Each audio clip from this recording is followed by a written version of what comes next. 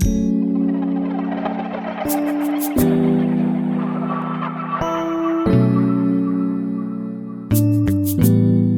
moi, ça fait 4 ans du coup que je suis en Pôle France. Donc j'ai fait 2 ans à Nantes avec Arnaud Jiquel et là c'est la deuxième année. Non là c'est original, enfin c'est spécial parce que j'ai fait une première année au Pôle France de Bordeaux en tant que membre à part entière du pôle. Et là depuis cette année j'ai voulu un peu voler de mes propres ailes, faire une sorte de pari. Et du coup m'entraîner un petit peu tout seul. Donc j'ai eu l'aide de plusieurs personnes comme par exemple Lionel Maillard, je ne sais pas si vous connaissez, c'était un ancien très très bon. Il a été longtemps en équipe de France, il a fait des médailles au championnat du monde. Voilà, donc c'est un bon, il m'a aidé pas mal, il m'a guidé. Il y a aussi, j'ai aussi une coach en musculation, Annabelle à Vannes en Bretagne, qui est recordman du monde d'haltérophilie. Donc du coup elle m'a vraiment appris à gérer tout ça, à faire un plan d'entraînement, etc. On peut revenir un petit peu sur tes débuts en roller. Comment tu as démarré? Voilà, mes débuts en roller, alors j'ai commencé, je devais avoir quelque chose comme 6 ans. J'étais au club de Vannes, et donc le Groll, que vous connaissez sûrement. Alors en fait à la base il n'y avait pas de section course, du coup il y avait le club d'Avril avec, vous connaissez sûrement les Le Bihan, donc Laetitia Le Bihan, du coup le père Michel Le Bihan, Bibi, et Alexandre son frère. Puis il y avait d'autres clubs, d'autres personnes dans le club qui s'appelaient Avril à l'époque. Du coup voilà, et on a fait une entente entre les clubs et puis au final il y a eu une sorte de fusion dans le club et ça a permis de pouvoir tous s'entraîner ensemble et donc super.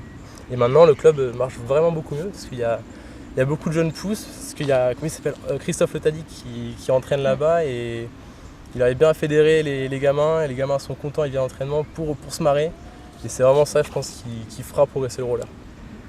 Qu'est-ce qui t'a amené à la course plutôt qu'à une autre discipline? Alors là je sais même pas comment te répondre, je sais pas là, je pense que j'aime bien avoir de l'adrénaline, avoir un peu de vitesse. Voilà, je pense que c'est à peu près tout, parce qu'avant je faisais pas mal de cross en course à pied. Voilà, et j'aime bien toujours me dépasser vraiment, mais en termes de dépenses énergétiques, pas forcément technique ou quoi. C'est vraiment. Beaucoup de composantes techniques pourtant dans le patin. Il y a beaucoup de composantes techniques, mais en fait je pense que c'est dur à avoir la technique. Enfin c'est dur, oui c'est dur, c'est plusieurs années d'expérience. Mais au final, je sais pas, quand on sait patiner on va dire, bah moi je veux pas dire que je sais patiner parce que bon, y a quand même beaucoup de personnes qui patinent mieux que moi. Je sais pas, je pense à Darren de Souza, à Yann Guader que j'admire énormément, qui patine, c'est merveilleux quoi, c'est de la poésie quand il patine, surtout Yann. Et du coup voilà, moi je patine pas bien, mais quand du coup maintenant que on va dire que je me débrouille bien sur les rollers, je pense pas trop à la technique, voilà, je me dépense physiquement mais je pense pas à la technique, je sais pas, ça se fait tout seul. Donc tu t'es progressivement spécialisé dans les sprints?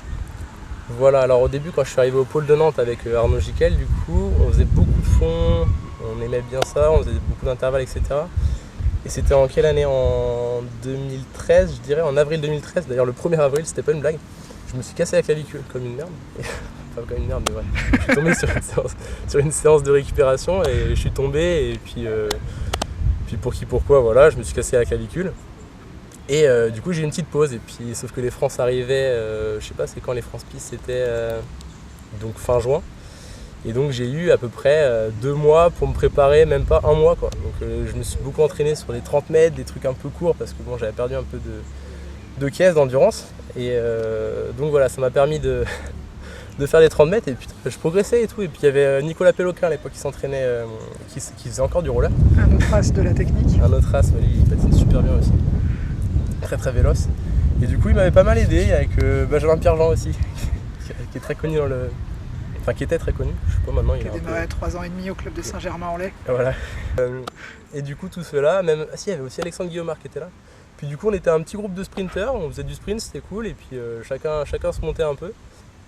Et puis du coup voilà, moi ça m'a plu parce que finalement, je sais pas, je trouve faire du sprint c'est bien parce que je sais pas faire un 500 mètres, ok on fait le 500 mètres à fond. Ok, on a donné un effort, l'effort il paye cash quoi. On a directement le résultat. C'est mesurable. Voilà, c'est mesurable. Alors qu'une course de fond, on peut quoi? On peut se donner 100 fois plus que le mec qui gagne. Et puis moi je trouve pas ça très sympa. On va dire que je m'ennuie dans une course de fond et puis c'est pas le même entraînement. Moi j'aime bien tout ce qui est de faire un peu de musculation, tout ce qui est vraiment être véloce, etc. Faire du fond, c'est faire des longues heures pas d'intervalle, si tu vas faire des longues heures de travail polarisé, c'est-à-dire on fait du très long, on fait du rapide, Enfin, moi c'est vraiment un truc que je n'apprécie pas trop. Donc, du coup j'ai préféré me spécialiser. Quelle distance du coup, 500? À la base, du coup, je m'étais spécialisé dans le 500 mètres, après le 300 mètres, et là depuis cette année, depuis qu'il y a les 100 mètres qui sont arrivés, j'ai vraiment forcé axé ma préparation sur le 100 mètres du coup, parce que c'est vraiment un truc qui me plaisait, ça me paraissait assez visuel. Je pense que cette discipline-là elle a de l'avenir dans le roller. Et du coup voilà, je me suis bien spécialisé dessus, j'ai fait des très bons temps. Moi, je sais pas ceux qui connaissent un peu les référents, j'ai fait là il n'y a pas longtemps au championnat régional, alors que c'était un championnat régional, pas trop voilà. J'avais fait un 10-01, donc c'est un temps qui est quand même relativement correct. Donc très bien, sans être vraiment préparé, parce que voilà, en ce moment, comme j'ai dit, j'ai pas trop le temps de faire du sport. Comment tu as accueilli alors du coup ces nouveaux formats de course du Tour et du 100 mètres? Alors le Tour et le 100 mètres, c'est deux épreuves qui sont quand même pas tout à fait pareilles, parce que le 100 mètres c'est vraiment de la ligne droite, on n'a même pas besoin de croiser ou quoi, c'est vraiment on y va à fond comme en athlé, c'est tout droit, on a un point fixe et on va dire que le concurrent ne veut pas altérer en fait notre course, quoi. Il ne peut pas jouer pour nous contre nous, on fait notre course et chacun dans sa bulle et voilà, chacun son couloir. Alors que le 400 mètres c'est plutôt, globalement c'est un 500 mètres mais plus court. c'est la même logique. Pour moi ça m'arrange parce que souvent je pêchais, quand je dis je pêchais c'est que mon point faible en fait c'était les 100 derniers mètres. Et là sur le 400 mètres du coup c'est cool parce que du coup il y a la partie où je pêchais qui est plus là. Donc c'est pas mal. Voilà, donc moi franchement j'aime bien ces nouveaux formats de course, je suis assez fan, ouais, j'aime bien. Tu te verrais partir dans un pays latin d'Amérique du Sud pour... Ouais, carrément. On m'a proposé d'ailleurs, c'est un entraîneur de la Colombie qui était là au marathon de Vannes et qui était là aussi à Geisingen à la Coupe d'Europe récemment.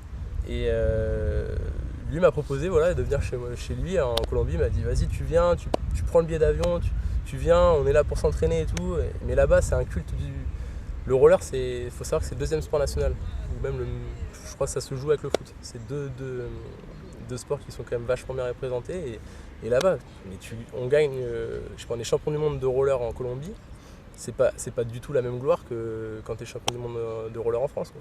Je sais pas, regardez, Ewan Fernandez, c'est actuellement un des meilleurs du monde. Je pense qu'il est c'est un des meilleurs du monde. Il est obligé de travailler à mi-temps à Decathlon à côté pour pouvoir payer son sport, pour pouvoir vivre, manger. Je trouve ça ridicule. Voilà. Parce qu'en plus, là, quand tu es étudiant, tu as 3 trucs à faire. Là. Tu dois gérer ta vie professionnelle, c'est-à-dire les études, etc. Trouver un petit travail parce que il faut quand même manger. Et puis en plus, si tu es sportif de niveau, du coup, ça te fait un triple projet. Parce que tu as le sport, le travail, le sport, les études, le travail. À un moment, ça tire sur l'élastique, donc c'est pas mal. On apprend à avoir une sorte d'endurance, il faut être bien organisé pour pouvoir tout gérer. Et malheureusement, c'est pas mon cas pour le moment. Voilà. Donc là, tu fais des études de quoi? Là, je suis en tech deco. Le vrai terme, c'est technique de commercialisation. Globalement, c'est pour devenir technico-commercial. Donc, savoir vendre quelque chose à n'importe qui, n'importe quoi. Qu'est-ce qui fait un bon sprinter? Qu'est-ce qui fait un bon sprinter? Je sais pas. Je pense pas que c'est une question de génétique. Parce qu'il y en a beaucoup qui disent ça. Sprinter parce que tu as des fibres explosives, etc. Je suis pas sûr. En roller, je pense que la fibre explosive elle aide. Je sais pas, vraiment sur le départ. Quand les roues ne roulent pas, je pense. Après, c'est un point de vue personnel, mais je pense que c'est à peu près la vérité. Après voilà, je pense que c'est toute une question de volonté. Je pense qu'il faut vraiment aimer ça. Parce que si on va faire du sprint, on fait putain, j'ai mal aux pieds, il faut vraiment avoir envie de bouffer l'autre sur le départ. Et puis même, franchement, faire du sprint, c'est hyper sympa. C'est beaucoup mieux que les fondeurs.